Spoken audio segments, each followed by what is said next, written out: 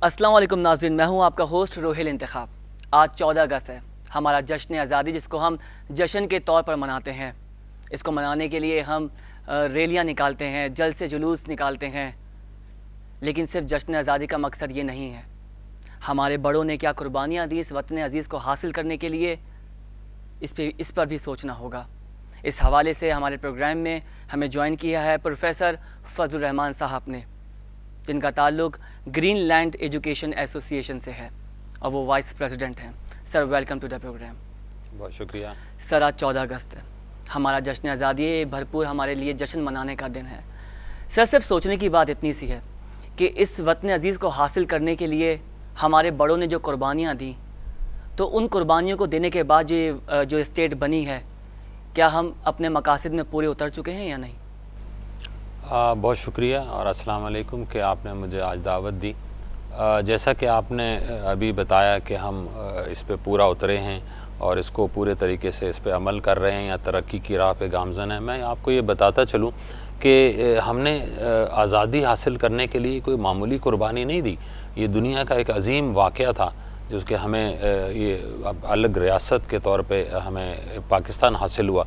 इसके लिए आप अगर तारीख़ पे नज़र डालें तो मैं समझता हूँ 1857 से ये शुरू हुआ और इसमें जो है सर सैयद अहमद ख़ान ने सबसे पहले इसका एक ख़द व ख़ाल बयान किए कि हमें क्या ज़रूरत है एक अलग मुल्क की, एक अलग रियासत की, जिसमें कि हम इस्लामी रियासत, फ़लाही रियासत का तसव्वुर जो था उसको हकीकत के तौर पे दे सकें। यकीन रखना चाहिए हमें इस बात पे कि अगर उस वक्त के मुसलमान इतनी ज़बरदस्त कुर्बानियाँ ना देते, जिसमें कि बुज़ुर्ग शामिल थे, बच्चे शामिल थे, नौजवान और ख़वातीन बापर्दा उस ज़माने में थीं और इतनी ज़्यादातर मुसलमान ख़वातीन तरक्की याफ़्ता नहीं थी, लेकिन उसके बावजूद हम देखते हैं तारीख़ पे नज़र डालें तो हमें वाज़ेह तौर पे पता चलेगा कि कितनी ज़बरदस्त कुर्बानियाँ देने के बाद हमें ये वतन हासिल हुआ। और उसके बाद जब वतन हासिल हुआ तो जब हिजरत हुई तो हिजरत के दौर को अगर देखें तो उसमें हज़ारों लाखों लोगों ने कुर्बानियाँ दी और अपनी जानों का नजराना पेश किया।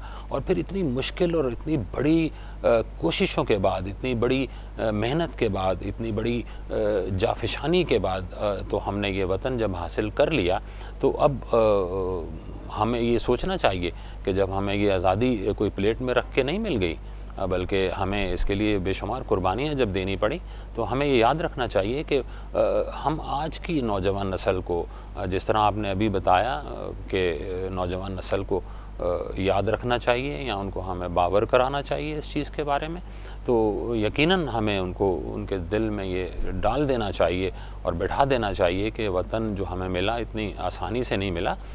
हमने इसके लिए बेशुमार कुर्बानियाँ दी और वही जज्बा और वही जुनून और वही हमारी इक़दार और रवायात हमें जो है जिनकी बुनियाद पे हमने अलग वतन हासिल किया, अगर वही हमारे नौजवान के खून में दाखिल हो जाए तो मैं समझता हूँ कि हमें दुनिया में बेहतरीन शनाख्त से मुसलमानों को, पाकिस्तानियों को रोकना कोई नहीं रोक सकता और हम यकीनन तरक्की भी करेंगे।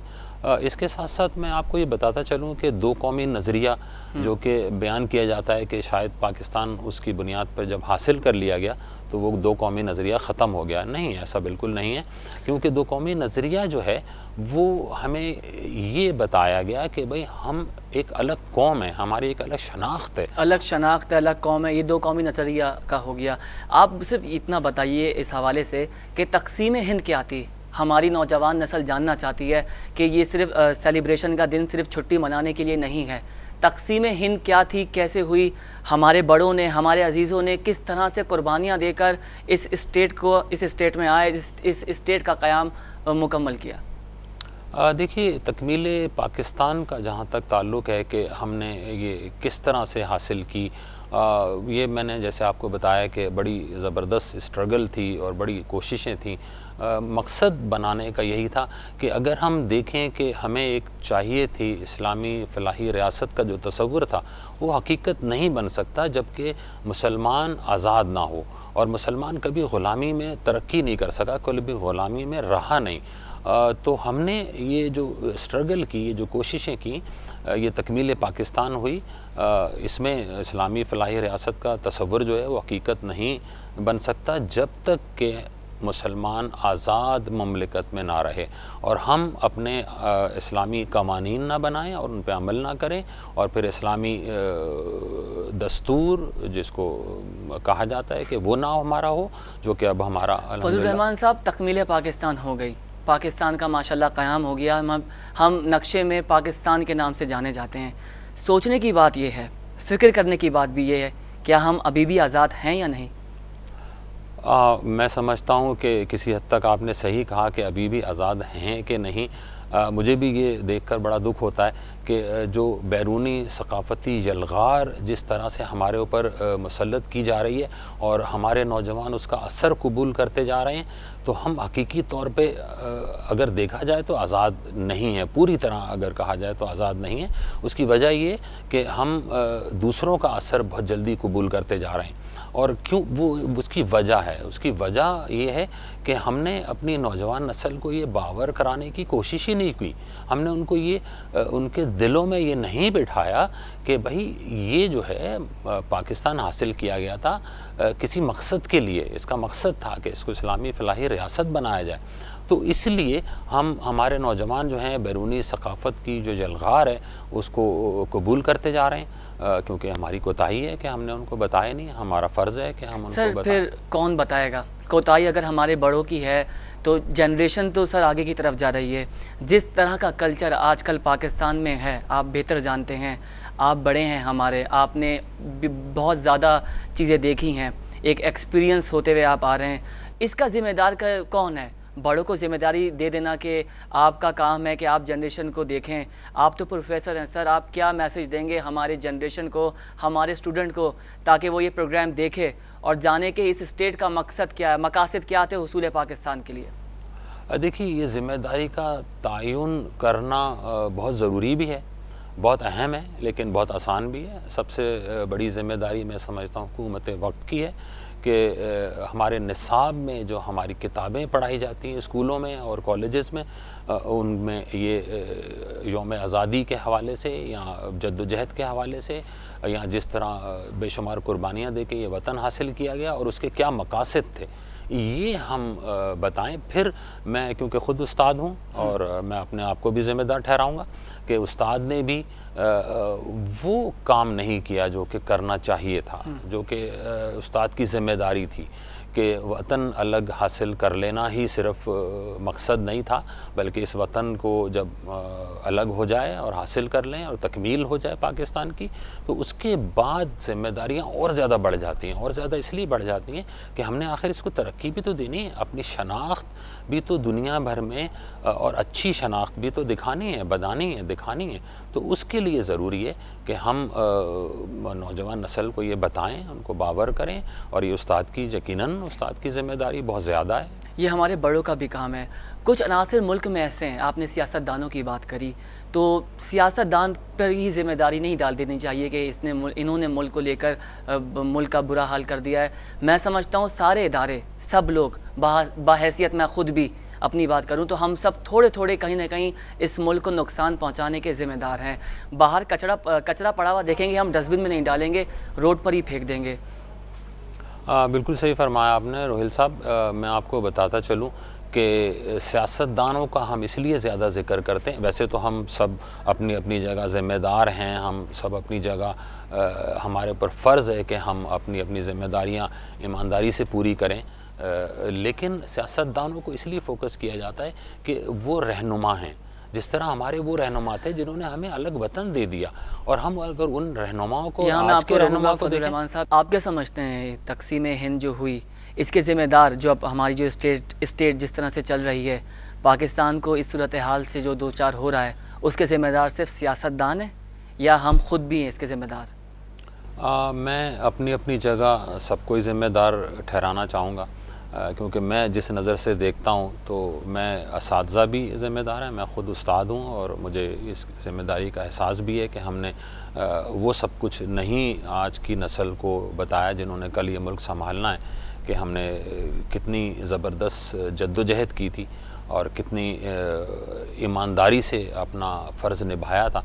लेकिन सियासतदानों पे मैं बताता चलूँ कि सियासतदानों पे फोकस इसलिए होता है, सियासतदानों को इल्ज़ाम भी ज़्यादा इसलिए दिया जाता है क्योंकि वो कौम उन्हीं की तरफ देख रही होती है कि शायद ये भी ऐसे ही रहनुमा निकलें जैसे रहनुमा वो थे, मौलाना मोहम्मद अली जौहर, मौलाना शौकत अली, अल्लामा इकबाल और इसके चौधरी रहमत अली, और फिर सबसे बड़ी बात के कायदे आज़म मोहम्मद अली जिन्ना, कि उन्होंने जिस तरह बेलौस तरीके से और बिल्कुल ईमानदारी से अपना फ़र्ज़ निभाया और उनको ये बिल्कुल वाज़े तौर पे मालूम था कि हमें क्या करना है और हमें अपनी ज़ात को नहीं देखना, हमने आने वाली नस्ल को एक आज़ाद और ख़ुद मुख्तार इस्लामी फ़लाही रियासत एक देनी है। तो वो जो चीज़ है वो बदकिस्मती से कि आज के सियासतदानों में मैं नहीं देख पा रहा हूँ। सही। बर्र सग़ीर की अगर मैं बात करूँ, तारीख़ की अगर मैं कुछ बात करूँ आपसे, बर्र सग़ीर में बसने वाले करोड़ों मुसलमान, जिसमें अगर मुसलमानों के अलावा सिख, हिंदू, क्या सब लोग बरतानिया का जो है बरतानिया से आज़ादी चाह रहे थे, या सिर्फ जिन मसाइल से उस वक्त मुसलमान दो चार था, या सिर्फ मुसलमान को ही एक अलग स्टेट के क़याम की ज़रूरत थी? आप क्या समझते? कि उसमें हिंदू, मुस्लिम, सिख, ईसाई सभी लोग थे जिनको कि ताज बरतानिया से अंग्रेज़ों से आज़ादी चाहिए थी। उस वक्त तसव्वुर सिर्फ ये था कि हम आज़ाद हो जाएं, बाद में हम देखेंगे कि हमने क्या करना है। लेकिन थोड़े ही अरसे में जब हमने देखा कि हिंदू जो है वो किस तरह से मुसलमानों के ख़िलाफ़ है और गिठजोड़ उसका है अंग्रेज़ से, और किस तरह से वो उसने तालीमी निसाब में तब्दीलियाँ करनी शुरू कर दी। और फिर सबसे अहम बात है कि जब 1937 में जब उनको वजारतें मिली कांग्रेस को, तो उन्होंने इंतहा कर दी कि यहाँ तक किया गया कि स्कूलों में जिसमें मुसलमान और हिंदू बच्चे भी पढ़ते थे, उन्होंने गांधी जी का मुजस्मा रख दिया और कहा गया कि इसको आप हाथ जोड़ के सलाम करके और बिल्कुल पूजा के अंदाज में दाखिल होंगे, तो ज़ाहिर है मुसलमानों में एक इस्तराब फैल गया और उन्होंने इस चीज़ को बहुत बुरा माना, क्योंकि मुसलमान का ये अकीदा है कि अगर सजदा करना है या झुकना है तो अल्लाह के सामने ही झुकना है, किसी इंसान के या किसी मुजस्मे के सामने नहीं झुक सकते। इसके अलावा उन्होंने बहुत सी ऐसी चीज़ें की कि मुस्लिम सकाफ़त को, मुस्लिम रवायात को, मुस्लिम मज़हब को हमारे दबाने की कोशिश की और हिंदुइज़म को, हिंदू मज़हब को उभारने की कोशिश की। और इस तरह से मुसलमानों ने फिर उस ज़माने के जो लीडर थे, हमारे जो रहनुमा थे, उन्होंने वाज़े तौर पे महसूस किया कि हम इनके साथ नहीं चल सकते और हमें कांग्रेस का जो एक प्लेटफॉर्म उस वक्त एक ही मौजूद था उससे अलग हो जाना चाहिए और अपनी एक नुमाइंदा, मुसलमानों की नुमाइंदा जमात होनी चाहिए जो कि फिर आज़ादी के लिए जद्दोजहद करे। क्यों कि हिंदू डोमिनेशन में रहते हुए ये किसी तरह नहीं हो सकता कि हम अपने अकायद पे, अपने कुरान पे, अपनी सुन्नत पे अमल कर सकें और उसको, क्योंकि उस ज़माने में देख लीजिए कि तारीख़ बताती है। आपने बात करी, आपने कहा कि बर्र सग़ीर के वक्त, उस वक्त हिंदुओं का अंग्रेज़ों के साथ एक अच्छी एसोसिएशन थी, लेकिन अंग्रेज़ और हिंदुओं को अगर आप आज देखें और आज अगर आप हिंदुओं से बात करें तो भारत की जानिब से ये कहा जाता है कि हम 15 अगस्त को आज़ादी मनाते हैं और हमें आज़ादी मनाने के लिए हमें जो निजात मिली वो पाकिस्तान के यहाँ के बसने वाले मुसलमानों से नहीं बल्कि अंग्रेज़ों से मिली। ये भारतीयों का मौक़िफ़ है, वो अपना जश्न आज़ादी 15 अगस्त को मनाते हैं। जो कुर्बानियाँ हमने दी, जो खोया हमने खोया, जो पाया पाकिस्तान के लिए हमने पाया। आप क्या देखते हैं, तारीख़ पे अगर हम बात करें, तारीख़ की बात करें तो नुकसान की बात की जाए, भारत को ज़्यादा नुकसान हुआ है या पाकिस्तान को ज़्यादा नुकसान हुआ है?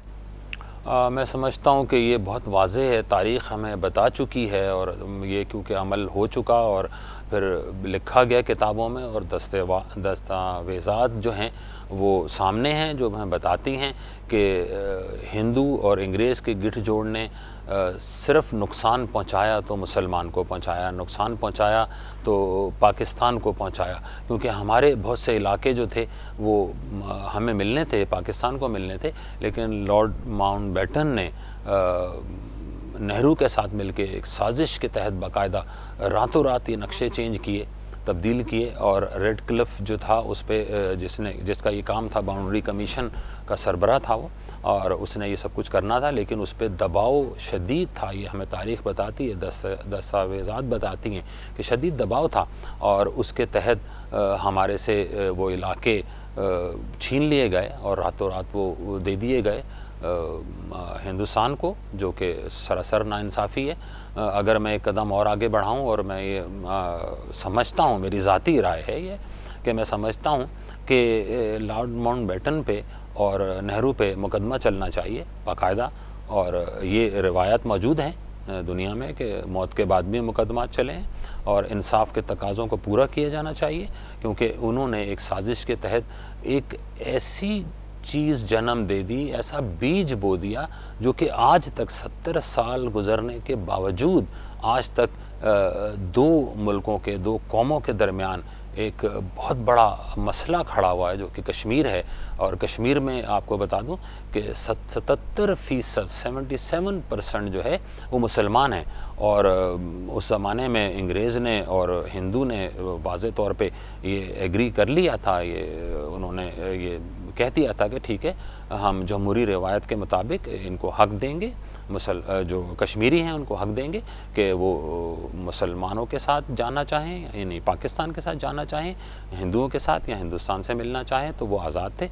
और इसके बाद पाकिस्तान बनने के बाद जब तसल्लुत कायम कर दिया कश्मीर पर हिंदू ने, तो अक़वाम मुत्तहिदा की करारदादें आपके सामने मौजूद हैं और बिल्कुल दस्तावेज़ात हैं वो, और वाज़ेह है कि किस तरह से वहाँ बताया गया कि भाई फ़ैसला किया गया, और जो हिंदू गवर्नमेंट थी, हिंदुस्तान की गवर्नमेंट थी, उसने एग्री किया वहाँ पे कि ठीक है, हम यहाँ पे जमहूरी रिवायत को बरकरार रखते हुए ये वोटिंग कराएंगे, और जो हम उनका हक़ देंगे कि वो जमहूरी तौर पे फ़ैसला कर लें, ख़ुद से फ़ैसला करें कि उन्होंने पाकिस्तान के साथ इलाक़ करना है या हिंदुस्तान के साथ। लेकिन उन करारदादों को सर्द खाने में डाल दिया गया और उस पर किसी तौर पे आज तक अमल नहीं हो पा रहा है। अगर वो अमल हो जाए तो ये बहुत बड़ा एक जो मसला है, मसला कश्मीर, वो हल हो जाए, और फिर मैं समझता हूँ कि हिंदुस्तान को भी ये सोचना चाहिए कि वो भी और पाकिस्तान भी बहुत तरक्की कर सकते हैं। जो हमारी सलाहियतें और जो हमारे वसाइल ख़र्च हो रहे हैं वहाँ पर, वो हमारी कौमों पे और हमारे लोगों पे ख़र्च होंगे, और फिर हम तरक्की ज़्यादा तेज़ी से और अच्छे तरीके से कर सकें। एक ब्रेक लेते हैं, ब्रेक के बाद दोबारा हम गुफ्तगू का सिलसिला आगे जारी रखेंगे। एक ब्रेक लेते हैं, ब्रेक के बाद दोबारा इस गुफ्तगू का सिलसिला आगे जारी रखेंगे।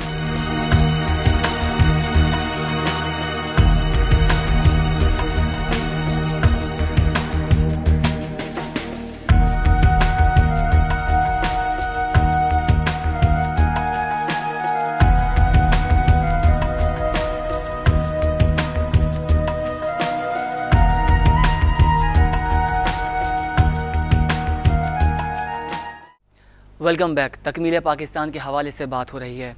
आज़ादी जिद्दोजहद के लिए हमारे बुज़ुर्गों ने जो कुर्बानी दी, अगर 1947 की मैं बात करूं, जो हमने पढ़ा, सुना और डिफरेंट डॉक्यूमेंट्रीज़ में देखा कि जिस तरीके से ख़वातीन, बच्चे, मर्द मुंतकिल हो रहे थे बर सग़ीर से एक आते हुए इधर नई स्टेट जो बनी थी पाकिस्तान, आमदो रफ्त के वसाइल नहीं थे। रेल की बात की जाए तो रेल उस वक्त जिस तरीके से जानवरों को भरा जाता है, उस तरीके से हमारे बुज़ुर्गों को, हमारी माओं को, हमारे इस मुल्क के बच्चों को, जो उस वक्त बच्चे थे, आज इस मुल्क में एक नए नाम के साथ, एक नई पर्सनैलिटीज़ के साथ डिफरेंट ऑर्गेनाइजेशंस में नज़र आते हैं। वो भी ये बताते हैं कि वो मनाजिर बहुत दर्दनाक, तकलीफ़ दे थे। आप इस पर थोड़ी सी अक्कासी कीजिएगा। हाँ, बिल्कुल। मैं समझता हूँ कि जो जद्दोजहद आज़ादी हुई और उसके बाद जब मुसलमान पाकिस्तान की तरफ आना शुरू हुए, तो वो बहुत खौफनाक मनाजिर थे और वो भूलने वाले नहीं हैं। और उसको सुनते हुए, उसको पढ़ते हुए दिल जो है वो बहुत गमगीन हो जाता है। इसलिए कहा जाता है कि औरतें, बच्चे रेल की पटरी पे भी उस वक्त शहीद हुए। रेल चली जा रही थी, लोग एक दूसरे का हाथ पकड़ रहे थे, कोई किसी को खींच रहा था, कोई पकड़ रहा था। इस तरह के मनाजिर हमने सुने। बिल्कुल, ये बहुत दुख की बात है कि जब वहाँ से मुसलमान चले अपने मुल्क, नए मुल्क पाकिस्तान आने के लिए, क्योंकि वो पाकिस्तानी थे और वो चाहते थे कि हम पाकिस्तान में रहें, तो वो मनाजिर बयान करते हुए रोंगटे खड़े हो जाते हैं। कि आपको मैं बताऊं कि 25 कहते हैं कि 25-25 मील लंबे काफ़िले थे और बैलगाड़ी पे, पैदल और फिर ट्रेनों में बुरी तरह भर के लोग आते थे। और मैं आपको बताऊं कि ये तारीख़ में तो अब ये वाक़यात बिल्कुल वाज़ेह हैं और कई किताबों में लिखे जा चुके हैं कि जब एक ट्रेन वहाँ से चली इंडिया से और जब पाकिस्तान वो पहुँची है लाहौर के रेलवे स्टेशन पे, तो उसमें 200 लोगों को खंजरों से और तलवारों से मारा गया था। और वो हम कैसे भूल सकते हैं वो कुर्बानियाँ। उसमें छोटे छोटे बच्चे भी थे और हाल ये कि जिन बच्चों ने दुनिया में अभी आना था उनको भी माओ के रहम मादर में कत्ल कर दिया गया। एक वो खौफनाक मंज़र था।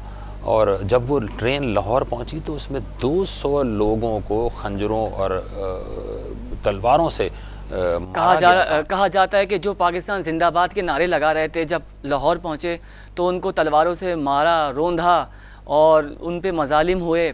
और जिस तरीके से पाकिस्तानी हमारी जो मुसलमान हैं उनको कत्ल व गारत का सिलसिला उस वक्त जारी था, क्योंकि उस वक्त भी कुछ काबिज़ थे भारतीय फ़ौजी बरसग़ीर में जो हिंदू थे, वो नहीं चाह रहे थे कि ये एक स्टेट बने। तो कितने अंदाजे के मुताबिक कितने अफराद ने अपनी जानों की कुर्बानियाँ दी? देखिए, अगर हम समझें कि भाई इसको हम एक कोई फिगर बता सकें कि कितने थे, नहीं, लाखों में थे, लाखों में। और ये मैं बता दूं कि ये हिंदू की एक साजिश थी कि जो मुसलमान पाकिस्तान जाना चाहे, क्योंकि हिंदू पहले ही दिन से पाकिस्तान के ख़िलाफ़ था। वो तो ये समझे बैठा था कि ये चंद दिनों की शायद बात है, इसके बाद पाकिस्तान नहीं रहेगा और हमारा ही कब्ज़ा होगा पूरे हिंदुस्तान पे, जो कि उनकी खाम ख्याली थी। और मैं समझता हूँ कि मुसलमानों ने, पाकिस्तानियों ने इसके लिए जो अभी भी कर रहे हैं हम, कि हम हिंदू का तसल्लुत नहीं चाहते। तो उस ज़माने में जब वो हिजरत करके यहाँ पे आए तो उनके साथ बहुत जुल्म जबर रवा रखा गया। और क्यों कि एक साजिश के तहत हमारे असलह के जो डिपो थे, जो हमें असलह मिलना था, पाकिस्तान का हक़ था, जो तकसीम के वक्त तय हुआ था, वो नहीं मिले। और उसमें यही साजिश थी, हिंदू की ज़हनीत थी कि वो चाहता था कि मुसलमान और पाकिस्तान अपना अलग वतन ना बनाएं।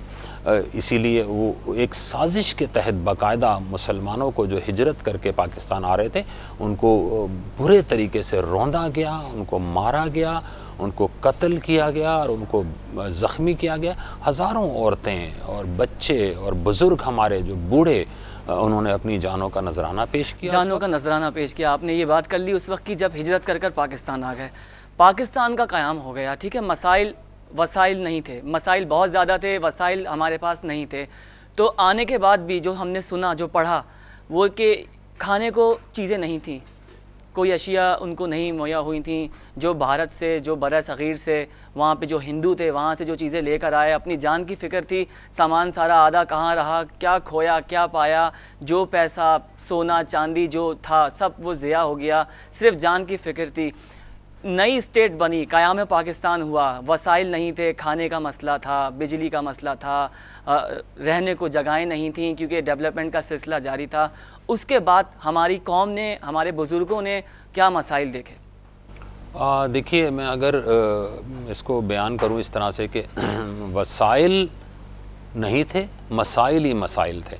क्योंकि लाखों लोग जो है इस तरफ आ रहे थे, मुसलमान पाकिस्तान के लिए आ रहे थे और हम किसी तरह भी तैयार नहीं थे इस चीज़ के लिए कि हम कैसे उनको करेंगे। लेकिन मैं फिर आफरीन पेश करता हूँ उस वक्त के जो मुसलमान पाकिस्तान की तरफ मौजूद थे, उन्होंने बिल्कुल वही मंज़र मैं देखता हूँ तारीख़ में अगर हम पढ़ें कि उन्होंने किस तरह जैसे मक्का से हिजरत करके मदीना आए और अंसार ने महाजरीन के साथ जो सलूक किया और जिस बेहतरीन तरीके से उनको संभाला, लोगों ने ख़ुद नहीं खाया, उनके कैंपों में रात को दिन को लेके पहुंच जाते थे।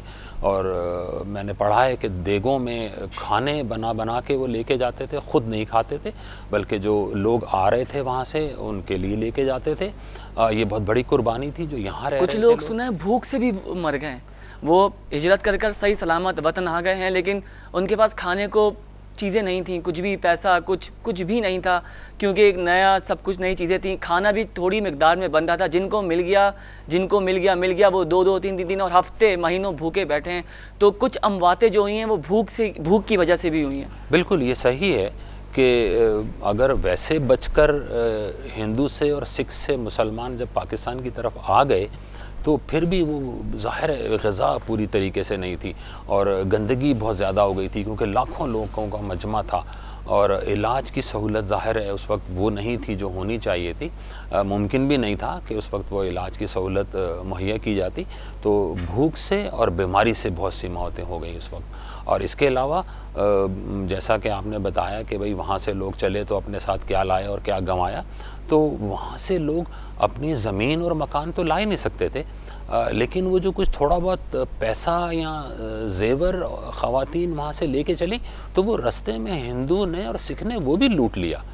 यानी आप ये गौर करें कि मुसलमान जब आए तो बिल्कुल खाली हाथ थे, उनको वो अपनी ज़ाती अशिया भी नहीं ला सके, जो कि बहुत बड़ा अलमिया है मैं समझता हूँ, और बहुत बड़ी कुर्बानी है। अलमिया से ज़्यादा मैं कुर्बानी कहूँगा कि वो बहुत बड़ी कुर्बानी है और हमें उन कुर्बानियों को किसी तौर फरामोश नहीं करना चाहिए। कहा जाता है कि पाकिस्तान जिंदाबाद के नारे लगाने के जो नारे लगा रहा था पाकिस्तान जिंदाबाद के, उसको मार दिया जाता था, कत्ल कर दिया जाता था। पाकिस्तान का परचम भी उठाया जाता था तो उसको मार दिया जाता था। लोगों ने इस तरीके से भी अपने वतन अजीज़ के लिए कुर्बानियाँ दी। देखिए, पाकिस्तान का नाम लेना उस वक्त ऐसा ही था कि पाकिस्तान का नाम लिया और आपको कत्ल किया जाए।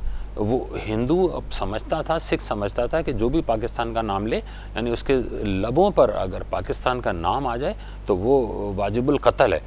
तो ये, लेकिन उसके बावजूद मुसलमान उस वक्त के जब आए और उन्होंने वहाँ पे भी थे, उन्होंने बाकायदा पाकिस्तान के नारे लगाए और अल्लाह अकबर के नारे लगाए, जो कि हिंदू और सिख को सख्त नापसंद थे।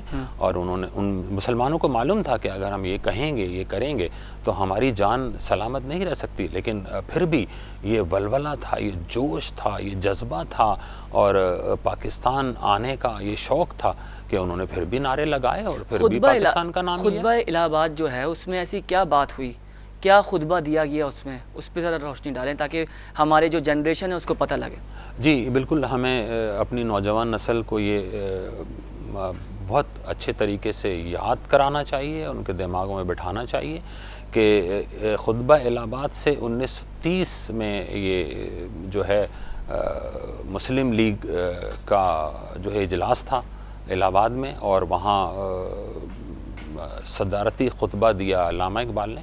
और वो एक ऐसा तारीख़ी वाक़या है कि वो पहली दफ़ा मुसलमानों ने अलग रियासत का नाम तो लेते थे, लेकिन किसी प्लेटफॉर्म से ये पहली दफ़ा बताया गया और ये वाज़े किया गया कि हमें मुसलमान मुल्क अब तो चाहिए। क्या ऐसा मुमकिन नहीं था कि मुसलमान और हिंदू बर्रा सग़ीर में साथ रह रहे थे, वो साथ ही रहते?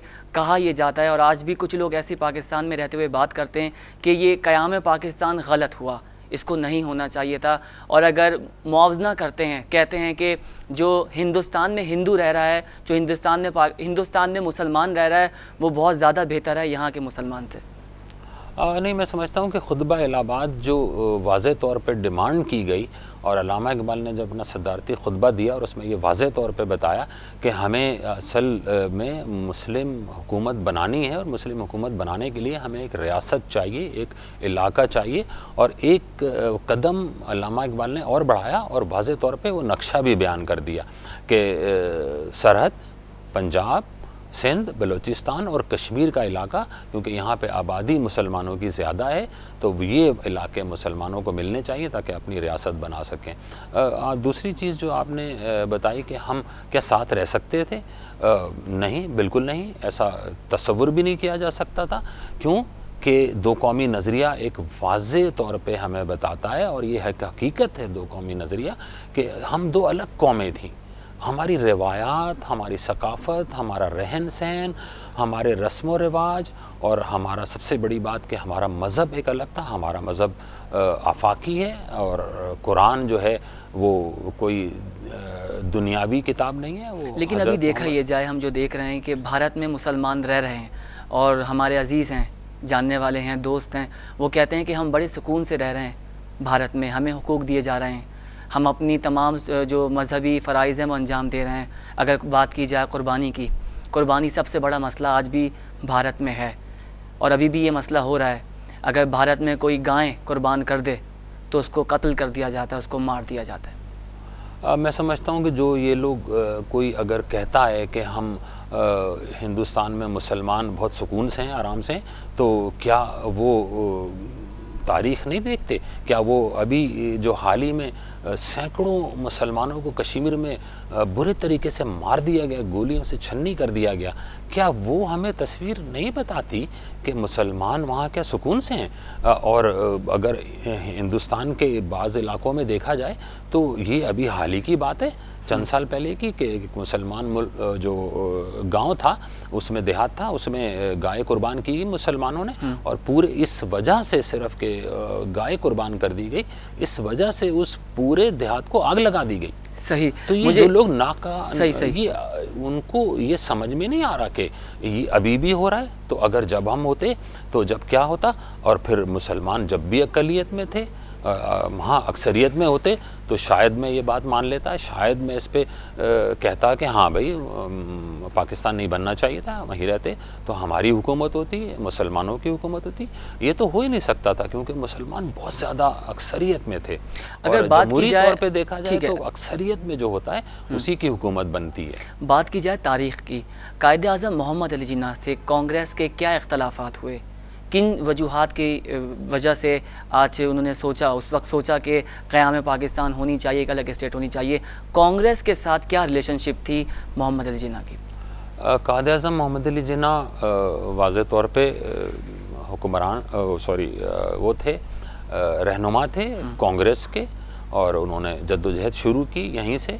लेकिन अल्लामा इकबाल ने और कायदे आज़म ने और दूसरे रहनुमा जो थे, उन्होंने बहुत जल्दी ये महसूस कर लिया कि हिंदू जो है वो तासुब रखता है, मुसलमानों को किसी तौर पे भी वो आज़ादी के बाद वो जो हमें फल मिलना है आज़ादी का, वो हमें नहीं मिल सकेगा पूरे तरीके से, और हम मुसलमान की हैसियत से तरक्की नहीं कर सकेंगे, क्योंकि तारीख़ बताती है कि इससे पहले भी बहुत मौक़े ऐसे आए जब मैं आपको बता दूं कि ये बहुत मशहूर बात है कि रेलवे स्टेशन जो थे हिंदुस्तान में, उनमें पानी का भी अलग अलग इंतज़ाम था, यानी उसको हिंदू पानी और मुसलमान पानी कहा जाता था, और ये हिंदू कभी नहीं मुसलमान के पानी से नहीं वो गिलास से पीता था।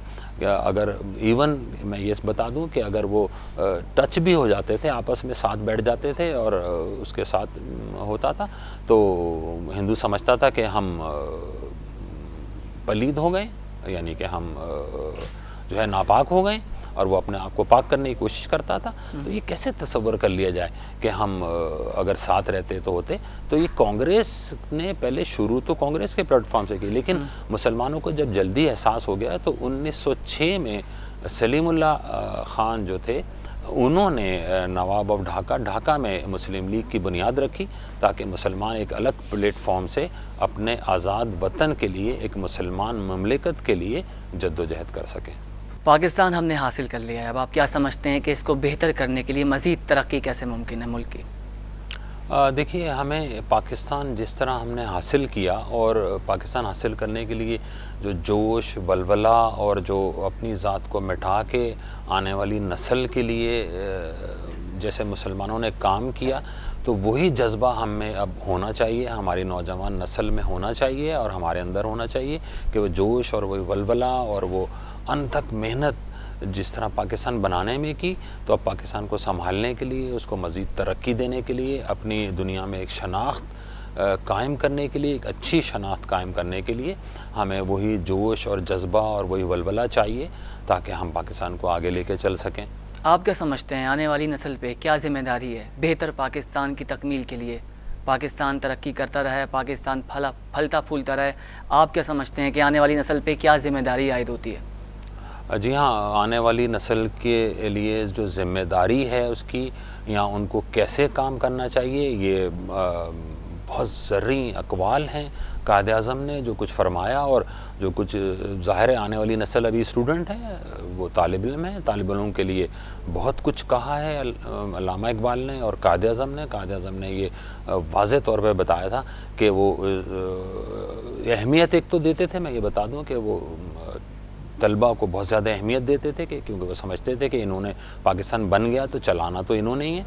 तो उसके लिए उन्होंने एक जुमला कहा था जो बड़ा तारीख़ी है कि पाकिस्तान अब बन तो गया, लेकिन अब आप सब पे ज़िम्मेदारी आती है कि आप बग़ैर किसी अपनी ज़ात को मिटा कर और बग़ैर किसी लगी लिपटी के आप ये आगे बढ़ें और पाकिस्तान के लिए मेहनत करें और पाकिस्तान का सोचें, पाकिस्तान को लेके आगे बढ़ें ताकि पाकिस्तान अच्छे तरीके से तरक्की कर सके।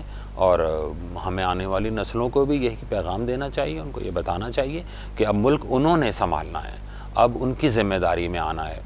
तो वो मुल्क को संभालेंगे तो किस तरह संभालेंगे और तरक्की देंगे तो किस तरह तरक्की देंगे, उसका यही एक फ़ॉर्मूला है जो दुनिया भर में है। और कायद-ए-आज़म ने हमें बताया कि हमें ईमानदारी से, नेक नीयती से और अपनी ज़िम्मेदारियाँ पूरी करनी हैं, और अगर हम वो ज़िम्मेदारियाँ पूरी करेंगे तो पाकिस्तान को तरक्की करने से कोई नहीं रोक सकता। बहुत सारी बातें आपने पाकिस्तान के हवाले से की, तारीख़ के हवाले से करी।